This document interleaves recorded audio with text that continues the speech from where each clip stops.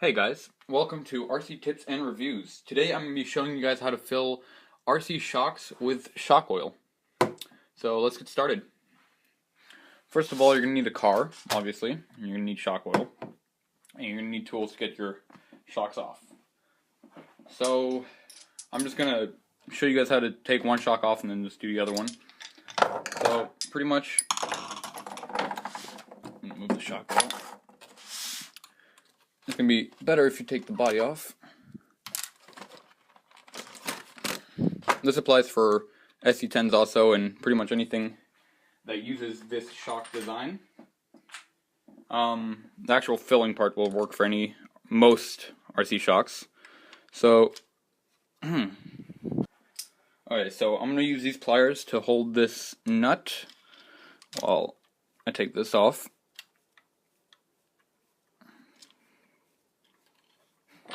Alright, now that we got that off, you take the shock off, and you're going to see that the car kind of flops about. Now there's one screw down here, and I'm going to take that out. It's good to remember where your shocks are, or what position they're in, so you don't forget. I'm going to take this off. Don't know how much you guys can see, but just unscrewing it.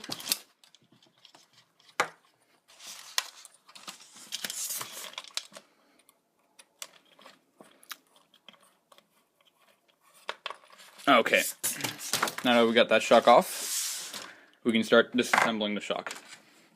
So, the shock is made of a couple parts: the shock cap, the shock body, the spring, the shaft, and the eyelet. So, first, I'm going to move the camera. Okay, so I've repositioned the camera so you guys can see better. So now we have the shock. To disassemble it, take this little nub out. So, we're going to be holding onto this, the eyelet, and we're going to pull back. And then we're going to pull the spring back, and this should let us pop this, a little bit of force, there we go. So this will come off, and as you can see it's quite dirty. So what I like to use is a toothbrush just to clean it all off. And when the spring comes off, and the shock comes off. So now I got my toothbrush, which is very dirty, my RC toothbrush. And so now I'm just going to start cleaning all the little edges, so it's not, focus, there's a bunch of dirt and nastiness in there. So I'm just going to brush this all off to make sure it's clean. It's nice to have clean cars. Once that's clean, I want to clean the shock body a bit, and shock shaft if it's dirty. Okay, so now we're going to twist the cap off, and there's going to be old nasty oil in there. So what you're going to want to do is get something to where you can dispose of the oil. For demonstration purposes, I'm just going to use this plate, which, I can move this all aside, which already has some oil in it. It has some couple little things in it, but so as you can see, that oil is quite dark and quite nasty. So we're just going to want to get all of that out, and then having a tissue helps a lot. So we're just going to wipe it off a bit.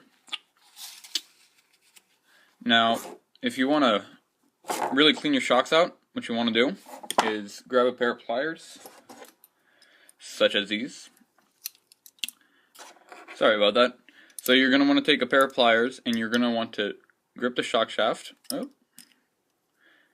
Make sure that the shock shaft doesn't rotate too much while it's being gripped, or else it will scratch it.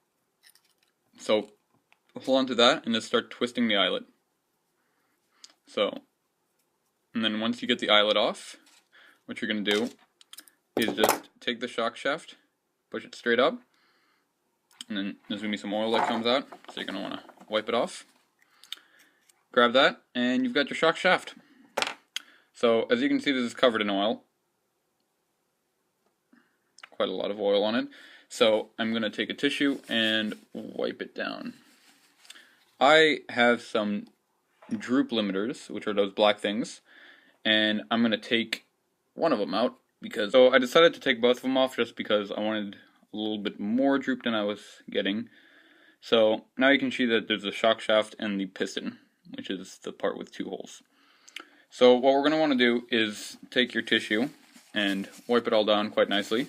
Make sure to leave a little bit of oil on the shaft to lubricate it. So now we're going to take our shock body, which is this, and what I like to do is put the tissue into a fine point and just run it in there, kind of smash it in there, and rotate this a couple times just to get all that oil out. And do this once or twice. If you really want to get all the oil out, you can do this and water, and then, yeah, but sometimes I occasionally use a tool to really get it in there, get all that oil out, as much as I can. And so now you have a relatively clean shock body and shock shaft. So now we're going to reassemble the shaft to the eyelet. So we're going to push this back in here, and we're going to get this to come out. Then we're going to grab our eyelet and twist it back on. At the end, when it gets a little bit harder, pliers would be helpful, because it's just going to spin around. So grab the shock shaft with pliers. If you're scared of scraping your shock shaft, you can always wrap your shock shaft in tissue and then grab it with pliers. Personally, I don't really mind because I grip it hard enough. So now you can see we've got a shock, essentially. So now we're going to need to put some oil in here. I'm using Factory Team 35 weight oil. So I'm going to open it, take the...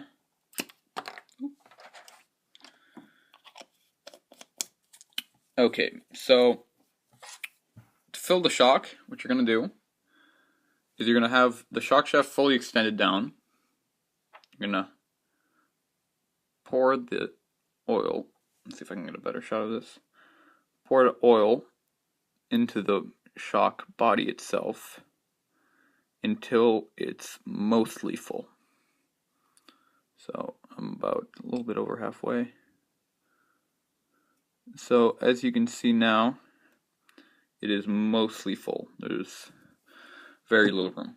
So now what we're going to do is we're going to push the shock shaft very slowly up, making sure not to go too quickly or else all the shock oil will come out the top. We're going to do this a couple times just to get the air bubbles out, because if there's air in your shocks, then they won't be consistent. As you can see, there's a couple air bubbles, so we're going to push them. There we go. So now we're going to leave this sit here for a couple of minutes to make sure all the air gets out, and then we'll be back in a second. Okay, so now as you can see, we got most of the air bubbles out, so we can go around and reassemble our shock. So we're just going to take the shock cap and just screw our shock back on. Make sure it's tight. Then, right, so now we're going to take our spring, which could use a little cleaning, so I'm going to put the shock down real quick. Just get all the dirt and grime out from between there. There we go. And so now we're going to reassemble this. We're going to take our clip. We're going to pull this down, clip this on. There we go. Pull that down and then let that. And then now we've got a refilled shock. So to reassemble, we just do the same thing as this assembly. And yeah, so that's how you fill a shock. Please leave comments down below, subscribe, like, and tell me how you like the video. If you want me to do more videos like this, more reviews, whatever, please comment. See you guys.